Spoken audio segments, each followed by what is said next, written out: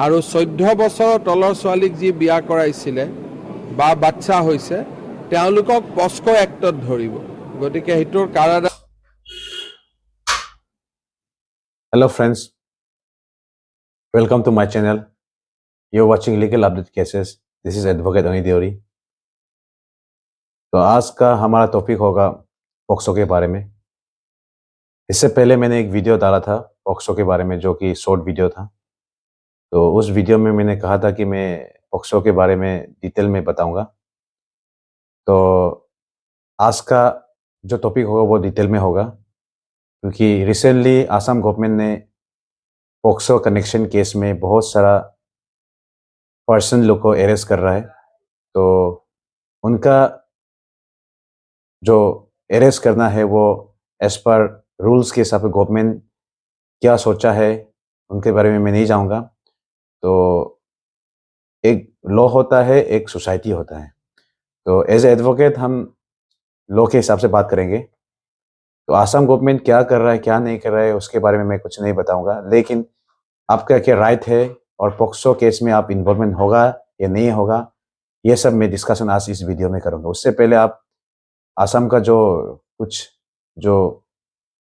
Video है मैं आपके सामने में दिखाना चाहता हूँ कि क्या चल रहा है आसाम में, और जो पब्लिक है उनका रिएक्शन क्या है, और पॉक्सो केसेस में कैसे अरेस्ट कर रहा है, पुलिस क्या कर रहा है। तो आप एक बार वीडियो को देख लीजिए। মানে মোৰ ঘৰত আহিছিলে 17 বছৰ 9 মাহত আহিছিলে। সি বিয়া কৰিছোঁ মই 18 বছৰত, একদম পুৰা 18 বছৰ পুৰাপুৰি হৈছে মই বিয়া কৰিছোঁ। কিয় আনিছে? বিয়া পাতিছিল। কেতিয়া বিয়া পাতিছিলে? সাত মহিনা হ'ল। ছোৱালীজনীৰ বয়স কিমান? 18 ওপৰত। অহা কালিৰ পৰা অসমত হাজাৰ হাজাৰ বাল্য বিবাহত আবদ্ধ হোৱা ব্যক্তি এৰেষ্ট হ'ব। अभी 4 बजे मेरा प्रेस कॉन्फ्रेंस है। अहा काली रातिपुৱাৰ পৰা नेक्स्ट 6-7 दिन হাজাৰ হাজাৰ মানুহ, হাজাৰ হাজাৰ যুৱক এৰেষ্ট হ'ব, বা যুৱক হওক মানুহ হওক যোনে বাল্য বিবাহ কৰিছিলে। আগত কৰাবিলাকো এৰেষ্ট হ'ব, এতিয়া কৰাবিলাকো এৰেষ্ট হ'ব। আৰু 14 বছৰৰ তলৰ ছোৱালীক যি বিয়া কৰাইছিলে বা বাচ্চা হৈছে তেওঁলোকক পস্কো এক্টত ধৰিব। গতিকে হেতুৰ কাৰাদণ্ড যাব। तो आपने वीडियो देखा है जब असम सीएम ने जब अनाउंस कर रहा था कि जो पहले जो मैरिज किया था उनको भी अरेस्ट करेगा और अभी जो कर रहा है उनको भी अरेस्ट करेगा। लेकिन ऐसा कहीं मेंशन नहीं कि कौन सा ईयर से, 2012 से पहले या आफ्टर 2012 और बिफोर 2012, ऐसा कहीं मेंशन नहीं किया ईयर के बारे में। जिसने पहले मैरिज किया था उनको भी अरेस्ट करेगा, और अभी जो इन्वॉल्वमेंट है चिल्ड्रन एक्ट में, जिसने चिल्ड्रन से शादी किए हैं उनको भी पॉक्सो एक्ट में अरेस्ट करेगा। तो उस बेसिस में सबको अभी अरेस्ट कर रहा है। कितना सही है कितना गलत है अब हम ये सब नहीं कह सकते, क्योंकि केस देखने के बाद, चार्जशीट देखने के बाद ही पता चलेगा कि वो कौन सा ईयर से अरेस्ट किया, बिफोर 2012 और आफ्टर 2012। तो आपने वीडियो देखा, तो वीडियो में पब्लिक का रिएक्शन देखा, और बहुत एजेस के भी पीपल्स लोग अरेस्ट हुआ है इस केस में। और कितना सही है कितना गलत है हम अभी केस देख के बता सकेंगे कि बिफोर 2012 से पहले का पॉक्सो का एक लगाया गया है, आफ्टर 2012 का बाद पॉक्सो एक लगाया गया है। तो फ्रेंड्स, आपने वीडियो देख लिया होगा कि क्या चल रहा है क्या नहीं चल रहा है, और अभी एट प्रेजेंट क्या हो रहा है वहाँ पे, क्या सिचुएशन हो रहा है आसाम में। तो मैं गवर्नमेंट जो कर रहा है और कहाँ से कर रहा है कैसे कर रहा है, ये सब टॉपिक में मैं डिस्कस नहीं करूँगा, ये हमारा टॉपिक नहीं है। मैं एज एडवोकेट मैं लॉ के बारे में डिस्कस करूँगा कि लॉ क्या कहता है, और लॉ कहाँ तक जायज़ है, कहाँ तक जो पुलिस है कहाँ तक उनको अरेस्ट कर सकता है, और कहाँ तक पुलिस चार्जशीट कर सकता है, और केस सेक्शन जो पॉक्सो एक लगेगा वो लगेगा कि नहीं। तो ये आज हम इस वीडियो में डिस्कशन करेंगे। तो पहले मैं ये बताना चाहता हूँ कि पोक्सो क्या है। POCSO protection of children from the sexual offence है, जो ये एक जो 2012 में पास हुआ था।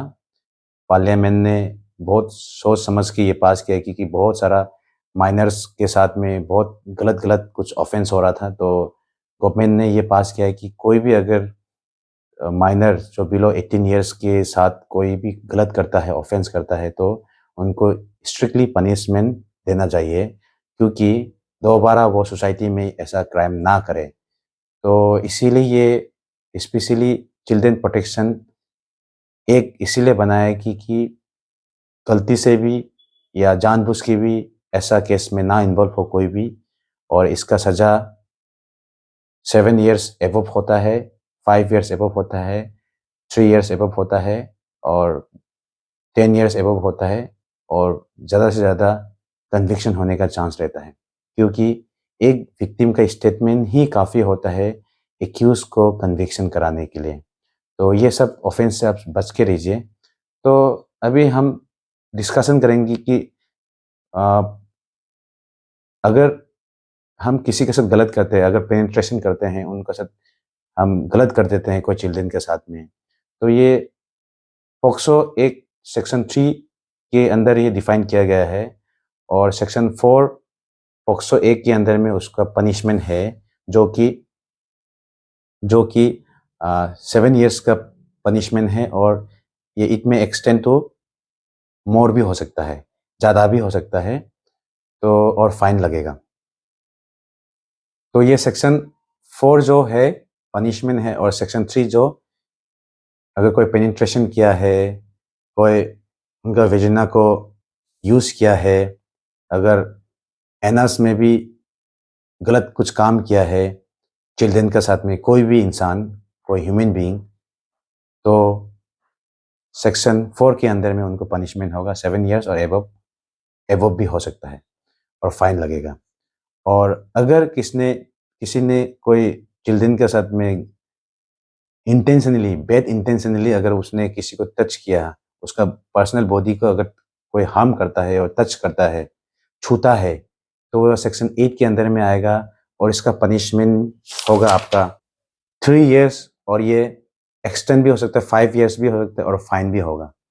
तो सेक्शन 7 के अंदर में इसका डिफाइन किया गया है पॉक्सो 1 के अंदर में। तो ये पॉक्सो एक बहुत स्ट्रिक्टली गवर्नमेंट ने बनाया है कि कोई चिल्ड्रन के साथ में, माइनर के साथ में ऐसा गलत ऑफेंस ना हो। तो इसके लिए गवर्नमेंट ने प्रोटेक्शन बनाया है कि कोई गलती से भी ऐसा केस में इन्वॉल्व ना हो। तो अभी मैरिज का मैं बात कर रहा हूँ, जो रिसेंटली जो असम गवर्नमेंट में जो चल रहा है, जो असम गवर्नमेंट हमारा सीएम ने जो अनाउंस किया है कि कोई भी अगर मैरिज किया है बच्चे के साथ में, माइनर के साथ में, तो उनको सबको पॉक्सो एक्ट में केस रजिस्टर करना है और पनिशमेंट देना है।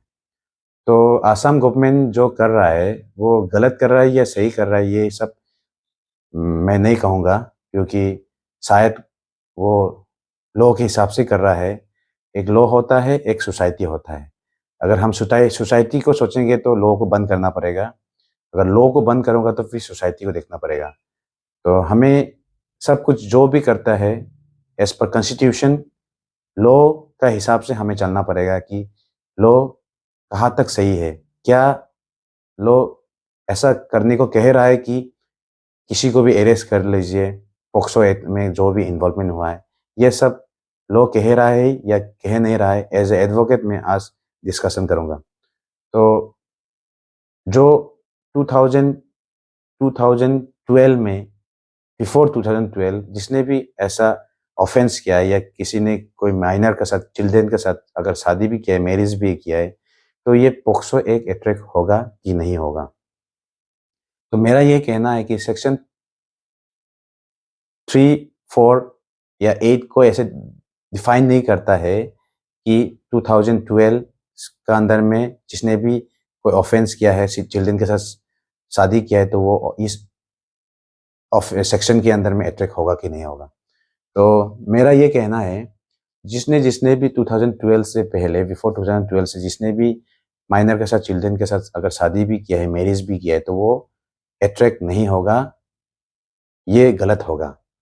क्योंकि 2012 से पहले किसी को भी अगर अरेस्ट करता है, माइनर के साथ शादी करना है या गलत करता है, तो वो सेक्शन 376 आईपीसी के अंदर में उनको पनिशमेंट करता है, जो कि और 375 आईपीसी में डिफाइन किया है, 376 में उनका पनिशमेंट है।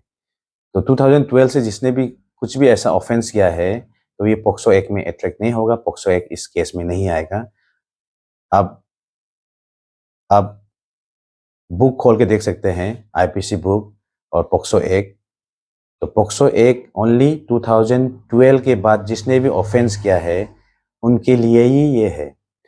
और अगर 2012 से जिसने भी चिल्ड्रन के साथ मैरिज किया है, अगर वो अरेस्ट भी होता है, तो ये गलत है और वो उसका केस आप फाइल कीजिए हाई कोर्ट में, तो ये केस जो क्वाश हो जाएगा, क्योंकि ये अट्रैक्ट ही नहीं होगा पॉक्सो के अंदर में।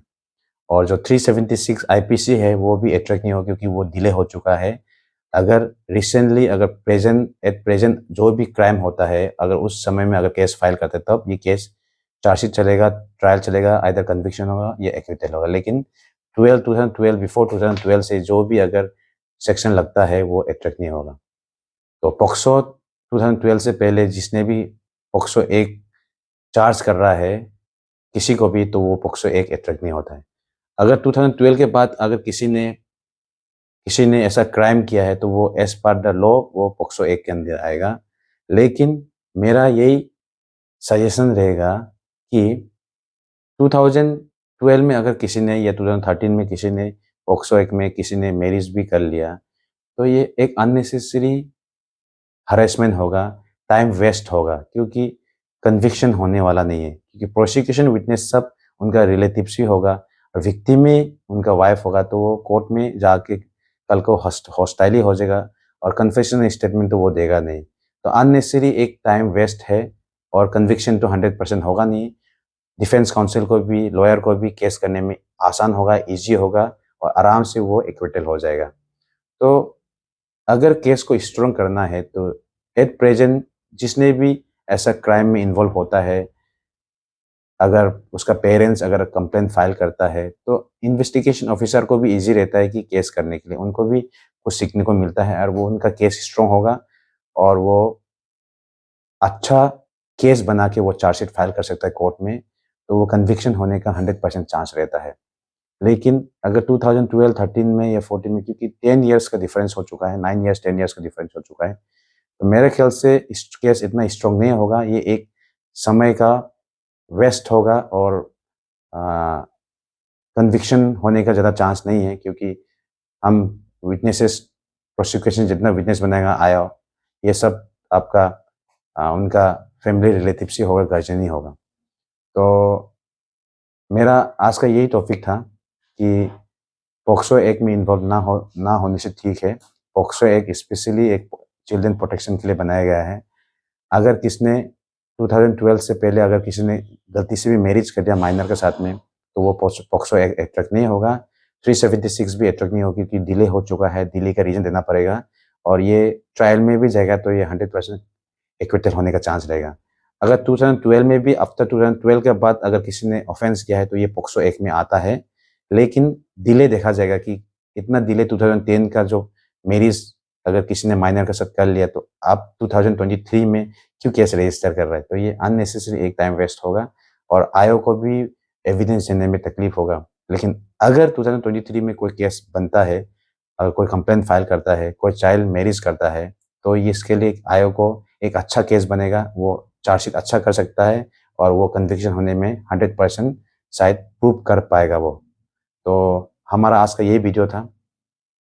तो नेक्स्ट वीडियो में मैं आपको 375 आईपीसी और 376 आईपीसी के बारे में बताऊंगा कि कितना क्लासिफिकेशन होता है, कितना क्राइटेरिया होता है, क्या क्या करना पड़ता है और इसमें क्या पनिशमेंट है और कितना क्लोजेस है यहाँ में, ये सब मैं आपको जानकारी दूंगा। तो आज के लिए हमारा टॉपिक इतना ही था, protection from protection of children from the sexual offence. तो ये टॉपिक में इसीलिए मैं आपको ये वीडियो डाल रहा हूँ, क्योंकि मेरे कोई फ्रेंड्स है, दोस्त है, उन्होंने मुझे मैसेज किया, कॉल किया कि इस टॉपिक में, क्योंकि आसाम में कुछ कुछ जो सिचुएशन हो रहा है उनको देख के मुझे पता है कि पॉक्सो एक्ट में कुछ वीडियो डाली है कि हमें भी कुछ नॉलेज होगा, तो मैं इसलिए नॉलेज डाल रहा हूँ। गवर्नमेंट क्या कर रहा है क्या नहीं कर रहा है उसका उस टॉपिक में मैं नहीं जाऊँगा, क्योंकि उनका जो वो सही है शायद उसी हिसाब से वो कर रहे हैं। लेकिन मेरा एज एडवोकेट मेरा ये कहना है कि 2012 लॉ क्या बोलता है। 2012 का बाद में अगर किसी ने पॉक्सो केस में चार्ज किया है आयोग ने, तो ये गलत है। 2012 के बाद अगर किसी ने चार्ज किया है तो वो आयोग ने जो चार्ज किया है तो वो सही होगा। लेकिन वो अगर 12-13 में जो क्राइम कर चुका है, शादी कर चुका है, उसके बाद से भी अभी एट प्रेजेंट 2023 में अगर केस बनाता है तो वो अननेसेसरी एक टाइम वेस्ट होगा, जो कि आयोग को कोई प्रूफ नहीं कर पाएगा। आयोग का चार्जशीट वीक होगा और वो एक्विटल होने में ज़्यादा चांस होगा। तो एट प्रेजेंट अगर आप अभी केस आता है माइनर चिल्ड्रन के साथ मैरिज होता है, तो आप अच्छा केस मिलेगा, अच्छा केस बना सकते हैं, अच्छा चार्जशीट कर सके और आप 100% कन्विक्शन करा सकते हैं। तो आज का हमारा इतना ही वीडियो था, टॉपिक था। तो मेरे फ्रेंड्स जिसने मेरे चैनल को सब्सक्राइब किया कैनली सब्सक्राइब, जिसने नहीं किया उनके लिए मैं रिक्वेस्ट कर रहा हूँ कि कर लीजिए मेरा चैनल को सब्सक्राइब, लाइक कीजिए, कमेंट कीजिए, शेयर कीजिए। और कुछ पूछना है, जानकारी लेना है तो मुझे कमेंट बॉक्स में लिख सकते हैं। और मैंने इससे पहले एक वीडियो भी बनाया था पॉक्सो के बारे में, जो कि शॉर्ट वीडियो था, मैं जर्नी में था। तो मैंने उस वीडियो में मैंने कहा था कि मैं नेक्स्ट वीडियो में मैं एक अच्छी तरह से अच्छी क्लियर से मैं एक वीडियो बनाऊंगा पॉक्सो के ऊपर। तो आज मैंने इस पॉक्सो के बारे में बताया है। तो शायद कुछ और टॉपिक में कुछ सेक्शन में शायद मैं छूट गया होगा, लेकिन अगर छूट गया तो मैं फिर नेक्स्ट वीडियो में भी बनाने की कोशिश करूँगा। तो आज के लिए इतना ही था। धन्यवाद।